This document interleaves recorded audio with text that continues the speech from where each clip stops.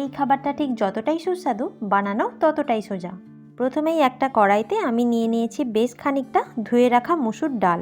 এবার এক এক করে দিয়ে দিচ্ছি পেঁয়াজ কুচি, টমেটো কুচি আর কাঁচা লঙ্কা কুচি।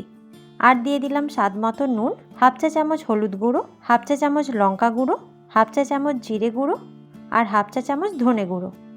আর দেবো 1 টেবিল চামচ মতো সর্ষের তেল। এবার এই সব কিছুকে হাতে করে একটু মেখে নিতে হবে।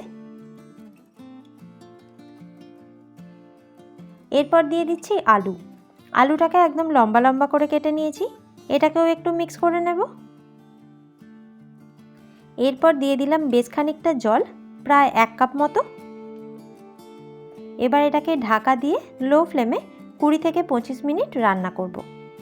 মাঝে মাঝে অবশ্যই ঢাকনা খুলে একটু নাড়াচাড়া করে নেবেন। যদি প্রয়োজন হয় আরও একটু জল দিয়ে দিন। আবারও এটাকে মিক্স করে নিয়ে ঢাকা দিয়ে দেব 10 মিনিটের জন্য। এবার ঢাকনা খুলে দিয়ে দিলাম একটু ধনেপাতা কুচি।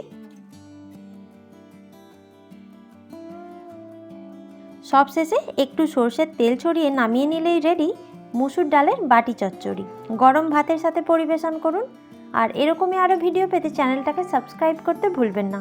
Thank you.